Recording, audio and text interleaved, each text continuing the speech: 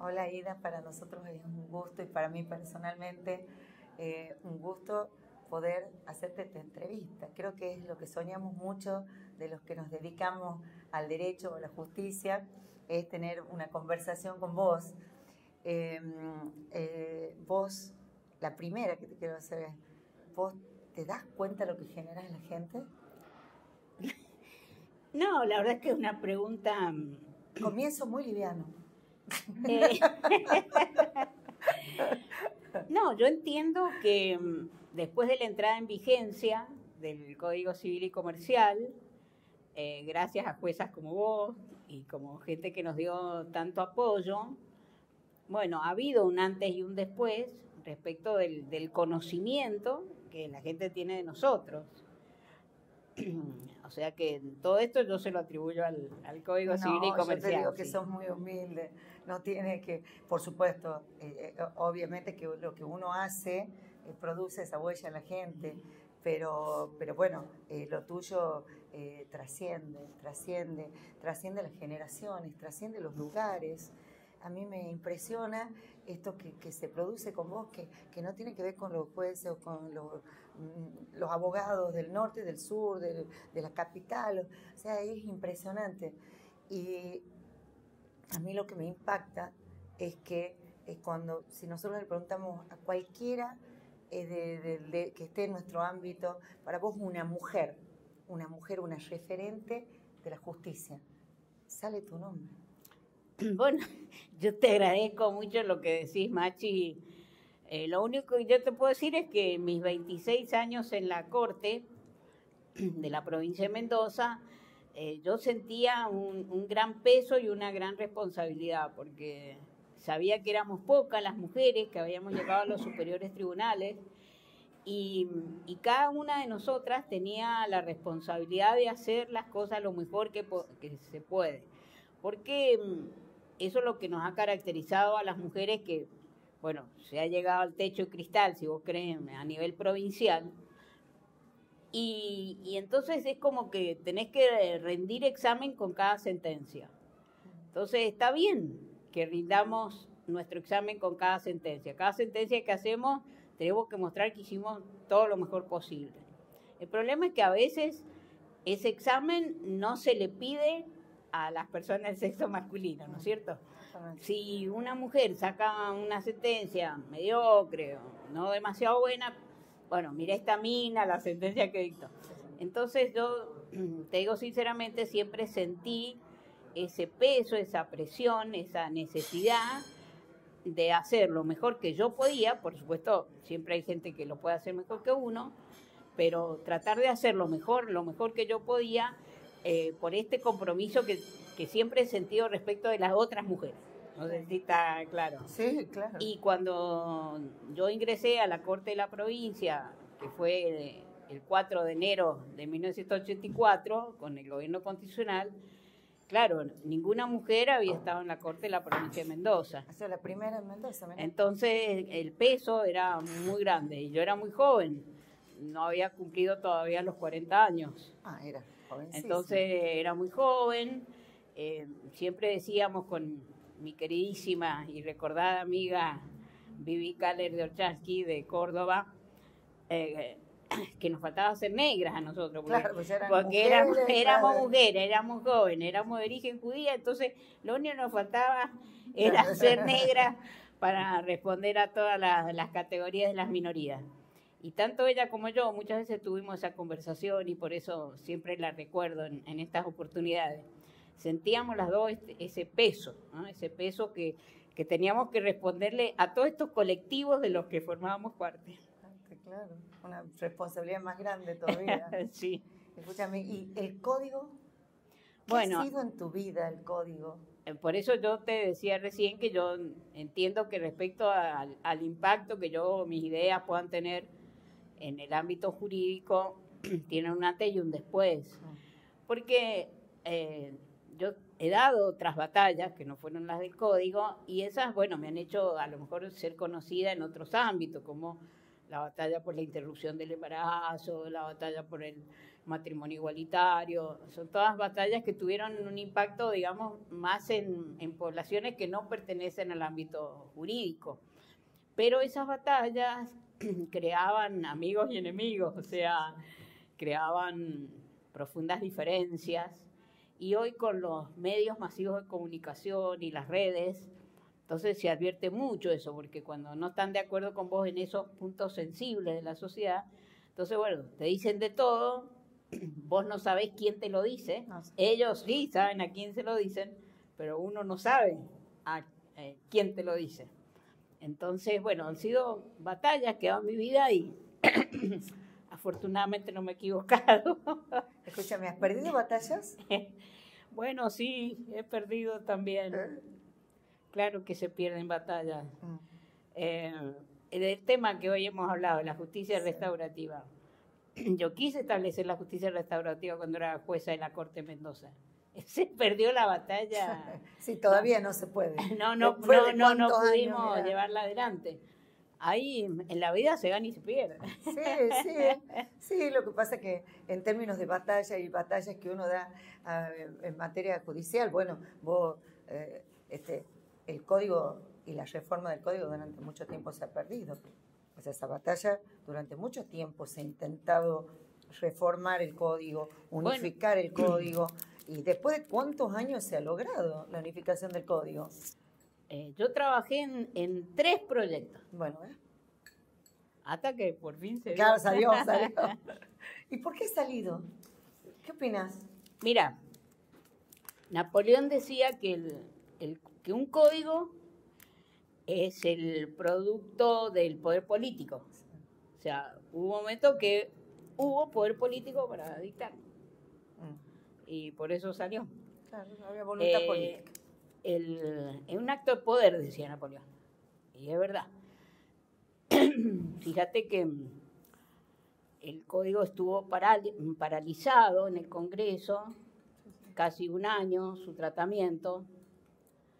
Y bueno, alguien debe haber dado la voz de Aura diciendo, se levanta la prohibición y venga. Venga, claro. ¿Y qué pensás, bueno, la justicia antes y después del código? Yo pienso que la justicia civil en general y sobre todo la justicia de familia, hay un antes y un después del código.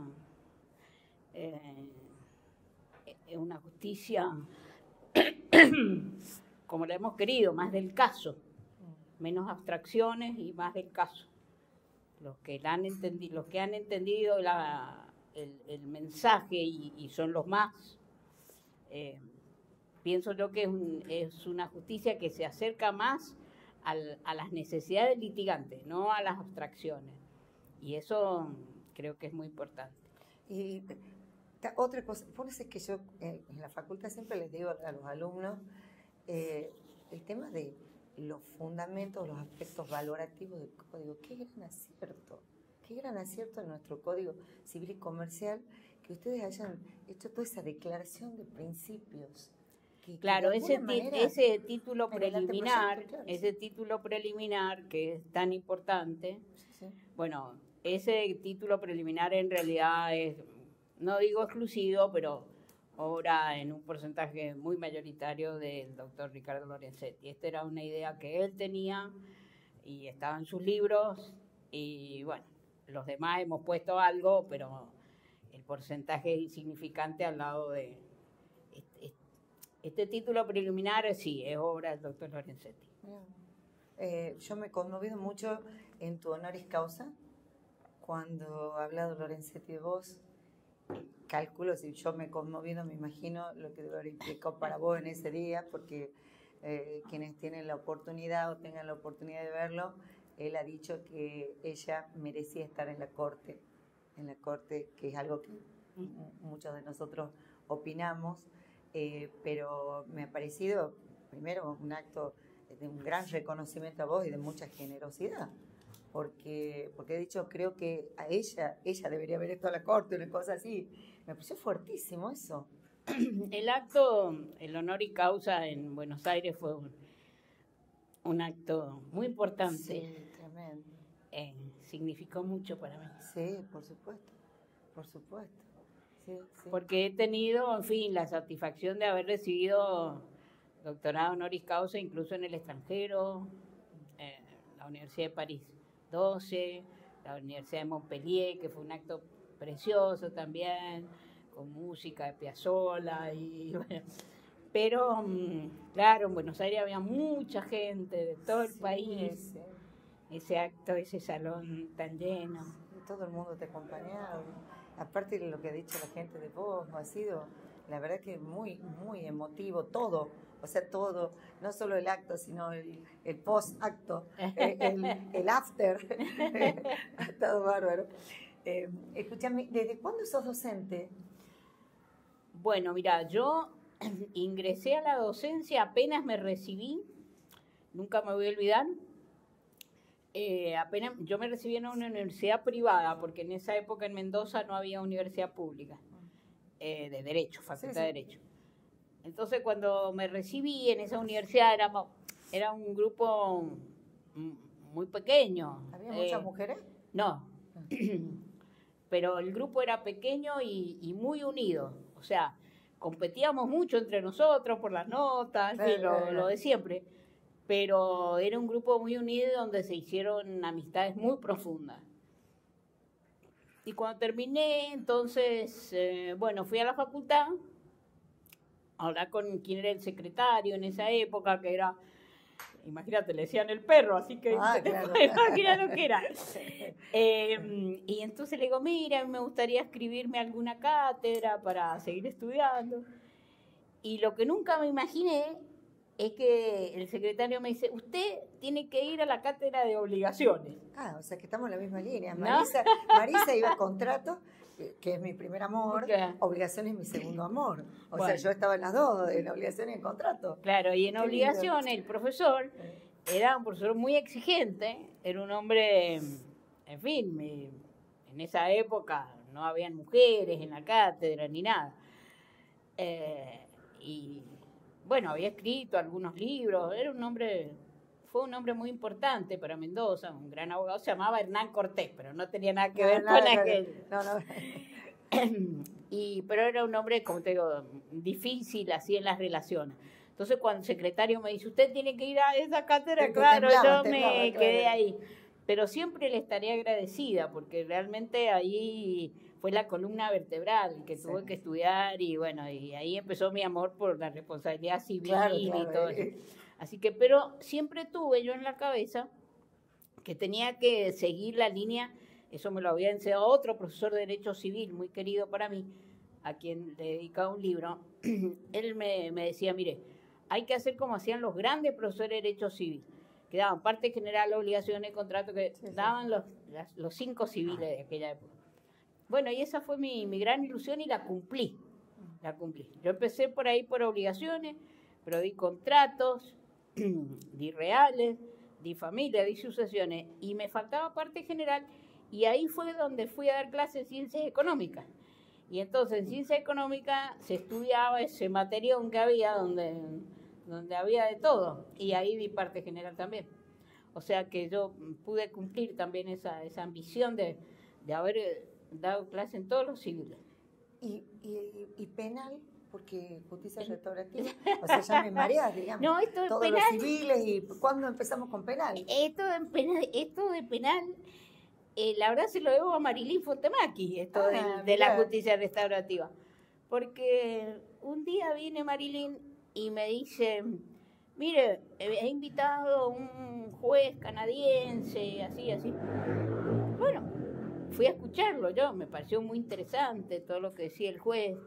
Y en aquella época la gran crítica era que a los chicos menores infractores se los ponía en los mismos lugares donde se ponía un chico que no tenía cuidados familiares ni nada, ¿no es cierto? Era la época en la que, bueno, había un instituto y ahí metían todo. Claro. Los que se portaban bien, los que se portaban mal, todos estaban ahí. Y el canadiense vino con esto. Y entonces empezó a contar cómo en las comunidades originarias de los pueblos indígenas en Canadá, que han sido siempre, eso yo no lo sabía, muy discriminadas, y que incluso así como en Estados Unidos hay un gran número de personas de color, afroamericanos, que están en las cárceles, en Canadá en aquella época estoy hablando, había un número muy elevado de jóvenes de las comunidades originarias que vivían en Canadá y que estaban en las cárceles. Y que entonces estaban instrumentando todo un sistema de justicia restaurativa y empezó a contar. Y a mí eso realmente me pareció muy interesante. Entonces me dice Marilyn, es que usted tiene que escribir de eso, doctora. Bueno, y me habían invitado un instituto de investigaciones, se llama Instituto per la Ricerca de la Riforma Giudiziaria en Italia, en Bolonia, que me habían invitado a hacer un curso de 2-3 meses, una estancia ahí, con la obligación que yo después tenía que hacer un trabajo de investigación y sacar un libro, publicarlo. Entonces, la que era la vicedirectora de ese centro era una psicóloga, Ana Mestitz, se llamaba, una mujer encantadora, magnífica. Y entonces ella había venido a la Argentina varias veces con el director, que era un penalista muy famoso en Italia, y entonces me empezó a hablar de esto de la justicia restaurativa, más o menos en paralelo al momento que había venido ese juez canadiense. Y entonces, bueno, me invitaban, pero yo no encontraba un tema para irme a Bolonia 3 meses a hacer ese. Entonces, pero me interesó el tema. Entonces le digo, Ana, ¿usted no me ayudaría con este tema? Porque, mire, yo le digo, no soy penalista. Sí, Aida, venga. Bueno, y así fue como me fui a Bolonia y de ahí salió el libro. Mira vos. ¿Y hablas idioma? Sí, yo hablo italiano, hablo francés, hablo inglés, hablo y entiendo, pero menos. Domino menos. Pero, por ejemplo, cuando yo voy a Francia, Italia, las clases las doy en francés, en italiano. Son una Sí. capa total. No, es que en Francia, si vos crees que te inviten, ya sé, sí, tenés que hablar francés. Sí, si no, estás perdido. No hace ningún esfuerzo. Y en Italia, bueno, ellos hacen más esfuerzo, pero, o sea, a mí, por ejemplo, me han seguido invitando, no obstante mi edad, que ya no me podían seguir invitando, porque los visiting professors, tenés que tener la edad del profesor antes de jubilarse. Entonces, lo mismo pasó en Francia. Yo empecé a ir en el año 1988. Ahí fue la primera vez que yo fui a Francia, invitada en Francia. Y después del 88, bueno, iba con bastante asiduidad, periódicamente. Francia me abrió las puertas de Italia, porque un profesor italiano que te ve en el currículum, esta dio clase en Francia, claro. O sea que a mí el francés me abrió muchas puertas. Y estoy siempre reconocida a esa lengua. Y entonces, bueno, después, cuando cumplí ahí 65, se hizo más difícil la contratación, pero los italianos se la arreglaron para seguir invitándome, pero ¿por qué hablo italiano? Claro. ¿Entendés? Si no...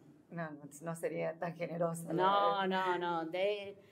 Tenés que hablar la lengua. Yo a los chicos siempre les digo, hay que hablar lenguas extranjeras. Y por supuesto, bueno, sería muchísimo mejor si hablara mejor el inglés, pero también... Te la busca, diríamos nosotros. Sí. Escúchame, Lola Mora. Mi amor por Lola Mora. Claro, lo sé, pero quiero que lo sepa la gente. Bueno, vos sabés que a mí me gusta mucho el arte en general. Sí. Estabas copada entonces ahora con lo que hemos hecho. Sí, había de todo ahí, un montón de manifestaciones. Bueno, yo mientras estuve en la universidad hacía teatro también. Hacía teatro con un grupo de teatro que tenía no mi facultad, sino la Facultad de Ciencias Económicas. Entonces hice mucho teatro con ellos, todo. Y bueno, cuando era chica también tocaba el piano, otras cosas. El papá y la mamá que te buscan un profesor para que toque el piano. Y en mi casa, sí, mis padres eran muy amantes del arte también. Entonces, bueno, de ahí viene. Y con Lola Mora, no sé, me empezó a enamorar la imagen de la justicia. Ahí empecé con eso. Sí, después entonces me puse a leer toda la historia de ella y tan interesante, qué historia tan impresionante. Qué mujer la verdad que impresionante. Sí, y bueno, ya te voy a hacer la última pregunta. La familia. Bueno. La familia, porque esto ya nos ha dado varios indicios, ya algunas cosas que nosotros sabemos. ¿Qué significa? Bueno, ese, dentro de los riesgos que yo corrí en mi vida, corrí también el riesgo de casarme con alguien que no era lo tradicional, porque yo venía de una familia judía, mi marido era católico, mi cuñada rectora de un colegio católico, claro. O sea que no era un catolicismo no activo. Pero bueno, ahí las dos familias supieron entender que, bueno, que el amor es lo que tiene que... Y bueno. Escúchame, vos haces un montón de cosas también con tu hermana. Hago cosas con mi hermana también. Claro. Sí.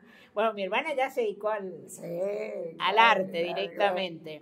Y ella era bailarina. Pero resulta que cuando fue a Chile, a la escuela de danza que dirigía un alemán famoso, un tal Otto, tuvo una caída. Entonces tuvo una caída en la columna y eso le impidió seguir siendo bailarina. Y se dedicó entonces a la coreografía. Y bueno, mi hermana ha sido coreógrafa de la Fiesta Nacional de la Vendimia muchas veces. Una persona muy talentosa. Sí, lo hemos visto. Sí. Tremendo. Bueno, Aida, muchísimas gracias. La verdad que un gusto para nosotras. Por supuesto, nada de esto para mí sería posible si no tuviese esos dos hijos maravillosos que tengo, 4 nietos.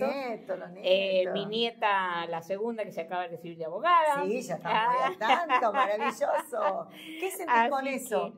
¿Qué sentís con tu nieta abogada? Bueno, imagínate, tercera generación de abogados. Claro, maravilloso. Porque ni mi marido ni yo veníamos de familias de abogados. Y entonces, bueno, mi hijo decidió no ser abogado, mi hija sí. Y ahora que mi nieta se recibió, es algo muy especial. Claro, sí. Aparte ella, escúchame, es mi abuela. Imagínate, es mi abuela. No, pero vos sabés que tenemos, así a nivel de ideas, muy diferentes. Y como yo las tenía con mi marido. Con mi marido no solamente la formación familiar que teníamos, que uno venía de una formación familiar. No, éramos dos personas... Nunca nos unió lo que pensábamos. ¿Cómo? Nos unían las cosas. Nos unían las cosas que hacíamos. Mira. Nunca las que pensábamos. Mira. O sea, que el otro día una muy querida amiga que se divorciaba, muy triste, me decía, en fin, cuánto habían influido, en fin, situaciones tipo política y todo. Y yo me puse a pensar, ¿no? En mi situación particular. Y entonces yo le decía, ¿sabes lo que pasa conmigo? Nedo y yo nunca pensamos lo mismo de nada. Teníamos, a nivel ideológico, éramos dos personas completamente diferentes. Desde la facultad, te diría. Yo en la facultad, el primer año de la facultad, venía a enseñarnos Introducción al Derecho un profesor de Córdoba, maravilloso, que se llamaba Ennio Mazzoni. Y era un kelseniano, pero puro. Y yo era una kelseniana con él. Bueno, y mi marido era un aristotélico tomista. Claro. Yo sería tu marido, claro. Te digo. Entonces, desde ahí empezamos. Y entonces, cuando razonaba con esta amiga que se había divorciado, entonces yo le decía, ¿sabes lo que pasa? A nosotros nos unían las cosas que hacíamos. Los viajes que disfrutábamos, el trabajo que hacíamos. Si él ganaba un juicio, mi alegría. Si me daban un honoris causa, me dio la alegría de él. O sea, esa biblioteca que él formó para mí. Entonces era el hacer, no la abstracción de la idea. No, además la generosidad. Creo que eso sostiene el amor, digamos, sostiene la convivencia y todo. Cuando claro, pero ¿sabes lo que pasa? Que querer a alguien que piensa igual que vos, es fácil, eso es fácil. Es fácil. Pero cuando pasan cosas que esas ideas o fracasan a nivel, ahí se produce una ruptura dentro de la pareja, porque lo que te une es esa idea que al final fracasó. En el caso mío eso pasó a segundo plano. porque nunca hemos pensado igual. Es más, creo que eso los ha enamorado, en definitiva. Entonces, así que bueno, entramos en un aspecto de acá, de la entrevista. Qué lindo. Bueno, muchas gracias. No, gracias a vos, gracias. lo hemos pasado divino acá en Tucumán, sí, realmente. Bueno, vos sabés que esto no siempre uno está pensando qué va a hacer, así que agárrate porque ya tenemos muchas ideas. Sí. Bueno, muchas gracias, muchísimas gracias. Chao.